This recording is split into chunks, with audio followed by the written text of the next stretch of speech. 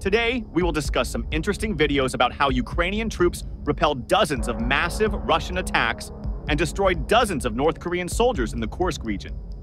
Over the past 24 hours, 149 clashes took place on the Russian-Ukrainian front, more than 40 in the Kurakhove sector and 23 in the Kursk sector. Russian low-level commanders reported false claims to their military leadership about capturing 4 strategic villages near Malaya Lokhnya, which resulted in 2 Russian units becoming encircled without supplies or reinforcement options.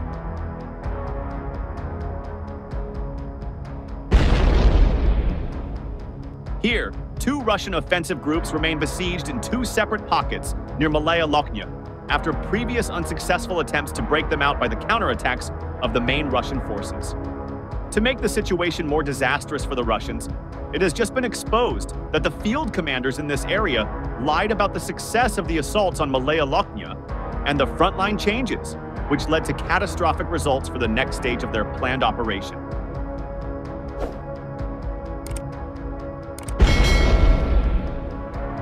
Previously, Russian low-level field commanders operating near Pogrebki fabricated reports that contradicted the actual situation on the ground in the Kursk direction. According to these reports, a mechanized counterattack by the 810th Marine Brigade had successfully retaken control of the villages of Pogrebki, Orlovka, Staraya Sorochina, and Novaya Sorochina. The commanders claimed that the capture of these settlements brought Russian forces directly to the outskirts of Malaya Lokhnya. This false narrative led to a complete lack of situational awareness on the battlefield.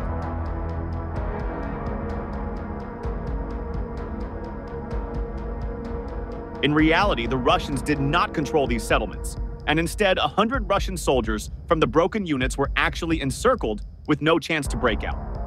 In an attempt to secretly salvage the situation and align with the reports submitted to higher command, Russian commanders ordered repeated waves of assaults. Such desperate attempts to fix the situation were not communicated to the Ministry of Defense and therefore failed to secure the necessary support, which led to even higher unreported losses, significantly depleting the reserves created for the counter-offensive operation.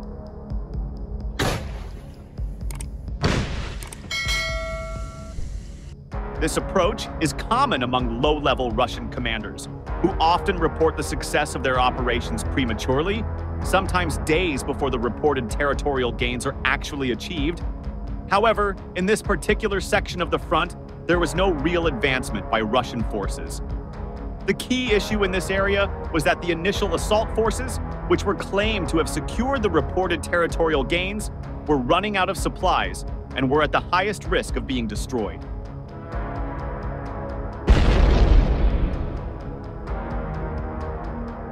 Due to the unawareness of unreported losses, Russian higher-ups in the Ministry of Defense expected the low-level commanders to launch assaults directly against Malaya Lokhnya, assuming that the previously reported positions had been captured. However, this was not feasible, partly as there were no reserves available for the assault and no forces stationed at the supposedly secured territories. This discrepancy raised questions both among Russian leadership and the public as to why the planned counterattacks had not progressed according to plan.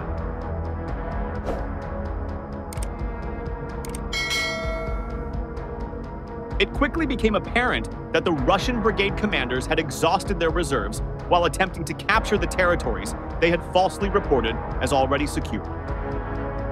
This failure also revealed the existence of 2 pockets of Russian troops left encircled as a result of the botched assaults. The shortages of supplies, ammunition, and support eventually led to the complete destruction of one of these encircled groups, further exacerbating the already deteriorating situation.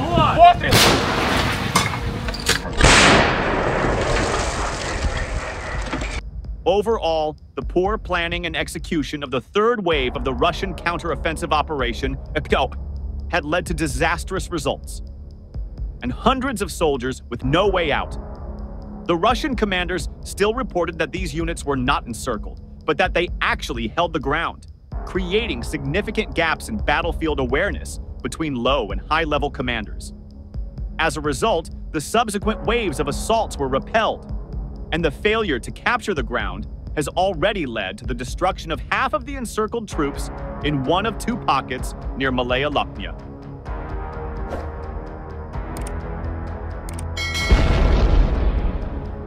Despite the heavy losses, recent reports suggest that the Russian command is accumulating both elite Marines and paratroopers from the 83rd Airborne Brigade, 155th Marine Brigade, and 51st Airborne Regiment. They are hoping to expand the scope of their assaults in all areas of Kursk, while the forces in the Malaya Lokhnya Pogrebki axis are operating from ground zero after disastrous results of failed attacks.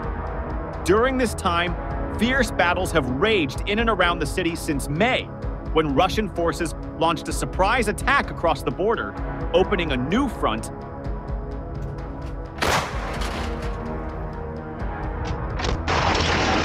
A Russian soldier has described apocalyptic scenes of death and destruction in Vovchansk, with dead bodies piled layer upon layer and blocking paths of retreat. Fierce battles have raged in and around the city since May, when Russian forces launched a surprise attack across the border, opening a new front which is located just 47 miles from Kharkiv. Vovchansk used to be home to just 17,000 residents. Vladimir Putin claimed that the Kremlin was trying to create a buffer zone to protect Russian border towns from Ukrainian artillery attacks.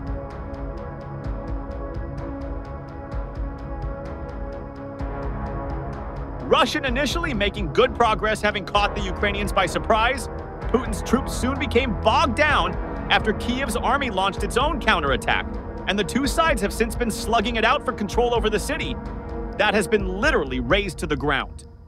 One Russian soldier has published an account of his experiences of fighting in Vovchansk, painting a hellish picture of death, destruction, and chaos among his unit. The soldier was injured by a sniper and found himself holed up in the basement of a bombed-out building with other men from his unit, sheltering from persistent drone attacks.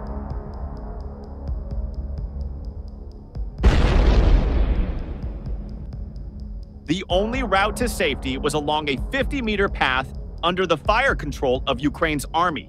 50 meters, no more say those who managed to cross that distance in our direction, he wrote in his blog.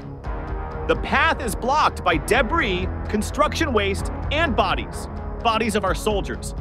They are everywhere.